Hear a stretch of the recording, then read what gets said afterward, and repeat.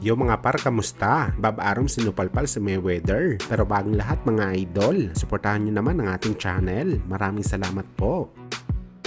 So matapos nga po sinabi ng unbeaten legend Mayweather Jr. ang interes na paglabanan nito ang kanyang dating alaga na si Gervonta Tank Davis at ang super bantamweight superstar na current unified champion na si Naoya Inoue sa isang catchweight, nagbigay na po ng reaksyon ang promoter ni Inoue mga idol na si Bob Arum patungkol sa mga sinabi ni Floyd. Aniya mga idol, hindi daw siya stupido, pati ang mga handlers at promoter ni Inoue sa Japan para patulan ang sinabi ni Mayweather na bakbakan ni Davis at Inoue sa isang catchweight. Sa ngayon daw mga idol, too much pa para kay Inoue ang ganitong timbang dahil nag-uumpisa pa lang ito sa 122 pounds. Kailangan mo na nito magpalakas sa bago niyang weight class bago mag-proceed sa mas mataas na dibisyon. Sa katunayan nito mga idol, nagulat nga si Bob Arum sa laki ng diferensya ni Stephen Fulton at Naoya Inoue sa naging laban nila sa Japan. Parang hipon lang daw mga idol si Inoue kumpara kay Fulton. Buti na lang talaga magaling siya, kaya nadali niya ang dating kampiyon sa laban. Tapos ang gusto daw ni Floyd ipalaban si Inoue kay Tank Davis na isang 140 pounder. Although daw magkasing tangkad lang daw si Davis at Inoue, pero kitang-kita naman daw na malapad ang katawan ni Davis. Kaya nga daw tinawag siya na tangke. Dahil kahit maliit lang ito, siksik naman ang katawan. Bagamat hindi naman mga idol sinisigurado ni Bob Arum na hindi na mangyayari ang ganitong laban. Posible naman daw talaga lumaban si Inoue sa timbang ngayon ni Davis. Pero medyo matatagalan pa. Kailangan daw muna ni Inoue i-maintain ang kanyang timbang sa tamang paraan. Hindi yung padalos-dalos mga idol.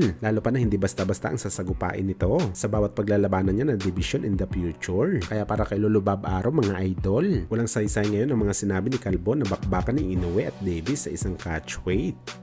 Samantala matapos mag-react mga idol, ang legendary promoter sa usapin ni Davis kontra sa Japanese Monster, hindi rin po napigilan ni Tanda na ibigay ang kanyang reaksyon sa naging laban ni Terence Crawford at Errol Spence Jr. Kung saan ayon kay Lolo Bob Arum mga idol, walang chance daw na manalo si Errol Spence sa kanyang dating alaga na si Crawford. Kahit maglaban man daw sila kahit sa ang timbang na gusto ng kampo ni Spence. Isa lang daw ang rason ni Bob Arum mga idol. Ito ay dahil hindi marunong makipaglaban si Spence sa isang fighter na isang southpaw. Halata naman daw mga idol na awkward talagang galawan ni Spence sa laban nito kay Crawford. Bawat bato nito ng kaliwa, kakain muna siya ng right hook ni Crawford. At ito pa rin daw ang mangyayari kapag nag-rematch sila mga idol. O baka dito na daw patulogin ni Crawford si Spence sa bakbakan. Well, ito nga ang sinasabi natin mga idol, na dapat na advantage ni Manny Pacquiao kay Errol Spence sa dapat na laban nila. Ito ang mga rason mga idol kung bakit kumpiyansa talaga si Boss Manny na patulan si Spence. Pero napagtawanan lang dito si Pacman at sa halip knockout pa rin daw ang abutin ng Pinoy kay Spence. Partida pa yan mga idol. Si Crawford hindi isang natural born southpaw. Si Manny Pacquiao kaliwete na talaga umpisa ng kanyang pro boxing career. No, because Spence can fight a lefty and nobody even mentioned that.